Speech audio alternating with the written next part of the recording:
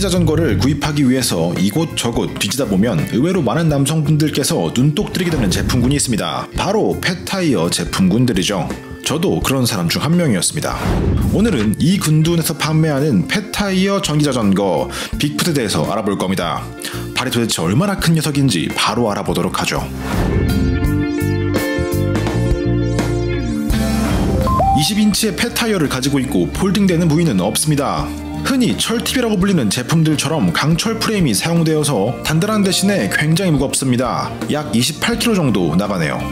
다행인 건 배터리 분리는 그나마 쉬운 편이라는 거죠. 그러니까 자전거는 밖에 묶어두시고 배터리만 빼서 집으로 가져가세요 라는 말이겠죠. 배터리는 열쇠를 이용해서 탈착해야 하고 이 열쇠는 배터리의 전원 역할도 합니다. 자동차와 비슷한 느낌인데 가장 왼쪽은 풀림, 중간은 잠김, 오른쪽은 시동 켬 순서입니다. 여기서 문제는 전원을 켜려면 열쇠가 반드시 필요하다는 겁니다. 그러니까 배터리를 따로 분리할 생각이 없더라도 열쇠는 꼭 가지고 다녀야 한다는 거죠. 이러한 시스템은 자전거의 보안 면에서는 분명히 좋겠지만 휴대성 면에서는 좀 귀찮을 수도 있겠네요. 두꺼운 펫타이어와 하드테일 바디를 가지고 있는 빅풋은 그냥 주행하는 데는 충분한 승차감을 보여줍니다. 펫타이어가 노면의 진동을 흡수해주고 조금 높은 턱도 앞쪽의 서스펜션이 거의 다 해결해주죠. 파스 방식은 1에서 3단, 스로틀 방식은 1단만 지원하며 후륜에 장착된 물리기어는 총 6단입니다. 파스 센서로는 스피드 센서가 사용되었고 스로틀의 사용과 센서 사용이 독립적으로만 작동하는 방식을 취하고 있습니다. 그러니까 스로틀을 사용할 때는 파스 센서는 작동하지 않고 파스 센서를 이용할 때는 스로틀 기능이 작동하지 않는다는 거죠. 작동 방식만 봤을 때는 굉장히 불편해 보이지만 실제 사용 시에는 크게 거슬린다는 느낌은 아니었습니다. 그렇다고는 해도 동시에 사용이 가능한 것보다는 귀찮겠죠. 36V의 300W 모터가 사용되었다는데 모터 출력은 상당히 좋은 편이었습니다. 펫타이어의 특성상 모터가 힘이 좀 약하면 주행시의 만족도가 떨어질 수가 있는데 빅풋은 일단 파스 상태에서도 모터가 아주 강하게 밀어준다는 느낌을 받을 수가 있었습니다. 파스 1단 주행시 속도는 약 20km 후반 정도 유지되며 파스 3단 주행시 30km 초반까지 유지가 가능했습니다. 모터를 끈 상태에서의 주행성은 전기자전거 구입 전에 꼭 느껴보시라고 제가 항상 말씀드렸죠. 빅풋의 경우에는 앞쪽 크랭크가 워낙 커서 모터를 끈 상태에서는 후륜 기어를 1에서 3단 정도로 맞춰주셔야 일반 주행이 편안하게 느껴집니다. 속도는 대략 15km 내외로 유지할 수 있으며 언덕 등판은 어려운 편입니다. 후륜 기어를 1단으로 조정해도 약 5도 이상의 경사를 만나면 힘이 꽤 들기 때문에 언덕 주행은 모터의 도움을 받는 게 현명하다고 하겠습니다. 모터를 켠 상태에서는 웬만큼 가파른 언덕도 문제없습니다. 모터의 출력은 정말 쓸만한 편이에요. 36V의 10A 배터리는 브랜드를 명시하지 않은 걸로 봐서는 중국산 배터리가 사용된 것 같은데요. 파스 1단을 기준으로 정말 쥐어 짜내듯이 주행했을 때 약 65km의 주행이 가능했습니다. 발을 전혀 안 움직이고 스로틀로만 주행했을 때는 약 25km 정도의 주행거리를 예상해 볼 수 있겠네요. 앞뒤로 장착되어 있는 디스크 브레이크는 제동력 면에서 부족함은 없었습니다. 하지만 아무리 닦아주고 정비해줘도 유달리 쉽게 발생하는 디스크 소음은 정말 거슬렸습니다. 전반적으로 봤을 때 저렴한 가격에 구입할 수 있는 펫타이어 제품치고 고장날 것도 별로 없고 상당히 탈만한 편이라고 생각이 들었던 제품이었습니다. 하지만 시작할 때부터 말씀드렸던 것처럼 가성비라는 측면에 초점을 맞추고 봐서 그럴 수도 있겠죠. 지금부터 아쉬웠던 부분들을 조금만 모아서 보도록 하겠습니다. 앞쪽 서스펜션은 상당히 부드럽지만 주행하다 보면 저렴한 가격을 바로 실감할 수 있습니다. 제동 시에 무게를 받아줄 때 부드럽게 받아주지 못하고 중간중간 걸리는 느낌이 들어서 제동 시 만족도가 떨어지는 부분과 한 번에 강한 충격을 받으면 서스펜션이 가장 끝까지 닿으면서 파열음이 들린다는 게 그런 요소들이라고 할 수 있겠습니다.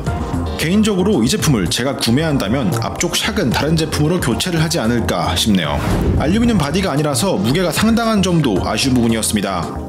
펫타이어 특성상 페달링에 힘이 일반 자전거보다는 조금 더 필요한 편인데 무게까지 무거우니까 힘이 아무래도 더 들어가겠죠.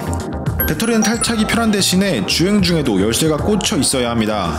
그런데 보통 이런 열쇠는 하나만 덜렁덜렁 들고 다니는 게 아니라 열쇠 뭉치로 들고 다니게 되잖아요. 보안면에서는 좀 더 좋을지 모르겠지만 일반적인 주행 시에는 분명히 불편한 부분이라고 생각합니다.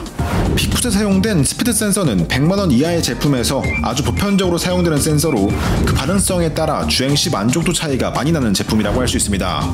이 스피드 센서는 센서의 인식 부분이 일정 수준 이상 돌아가는 것을 기준으로 모터가 작동하기 때문에 물리기어가 너무 높은 상태에서는 모터가 너무 빨리 돌아가는 느낌이 들고, 반대로 물리기어가 낮은 상태에서는 모터가 너무 늦게 돌아가는 느낌이 들 수 있습니다. 저가형의 정의자전거들이 공통적으로 가지고 있는 단점이고, 특히 오르막에서 멈췄다가 다시 출발할 때 그 아쉬움이 더 크게 느껴지는데요. 빅풋의 경우 모터의 파워가 강력한 편이다 보니까 평지에서 기어를 높은 단으로 맞추고 있을 때는 내가 의도한 것보다 갑자기 출력이 강하게 치고 나가는 듯한 느낌을 받을 수도 있겠습니다. 이 부분은 처음 타기 전에 미리 인지하시는 게 좋겠죠.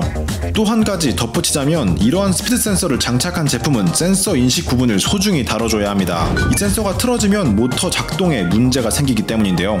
사용자가 제품을 이용할 때도 주의해야 하지만 배송 전 패킹 시에도 이 부분은 따로 신경을 써주는 게 좋습니다. 그런데 빅풋의 패킹 상태는 조금 아쉬웠습니다. 제가 테스트용으로 배송을 받은 제품도 이 부분이 완전히 틀어져 있어서 제자리를 잡아줘야 했으니까요. 전체적인 패킹 부분이 조금 허술했던 만큼 이러한 부분들을 보완해주시면 정말 좋을 것 같다는 생각이 들었습니다. 계기판은 한눈에 봐도 굉장히 싸 보이실 텐데 낮에도 굉장히 잘 보이고 생각외로 쓸만했습니다. 다만 LED가 밤에는 상당히 눈이 부셔서 조금 거슬리더군요. 배터리 잔량은 아예 안 맞는 건 아니지만 믿을만하다고 표현하기에는 아쉬웠으며 볼트 게이지도 확인할 수 없어서 불편했습니다. 정의자전거는 특정 요건에 맞고 판매사가 인증을 받으면 일반 자전거 도로를 통행할 수 있는 법안이 18년 3월부로 통과되었습니다. 하지만 빅풋이 그 통행 가능 목록이 없다는 것은 정말 아쉬운 부분이겠죠. 오늘 함께 살펴본 빅풋은 아쉬운 점도 있었고 칭찬할 만한 점도 있었던 제품이었습니다. 국내에서 판매되는 제품들 중에서 가격이 꽤 착한 편이어서 적당한 승차감과 적당한 주행거리, 강력한 모터 파워와 빵빵한 폐타이어를 싼 맛에 타보겠다 라고 생각하시는 분들은 그냥 걱정 없이 도전해볼 만한 제품이라고 생각합니다. 하지만 이미 여러 자전거를 타보면서 소위 말하는 좋은 자전거를 경험해보신 분들이나 일반 정의자전거에서 폐타이어 정의자전거로 기변을 생각하시는 분들께서 구입하시면 아쉬운 부분들이 눈에 밟힐 수도 있는 제품이라고 말씀드릴 수 있겠네요. 오늘 영상 여기까지입니다. 뒤로 가기 버튼보다는 구독하기와 좋아요 버튼 먼저 누르시는 거 잊지 마시고 다음 주에는 더 멋진 제품으로 찾아오겠습니다. 항상 감사합니다. 끝.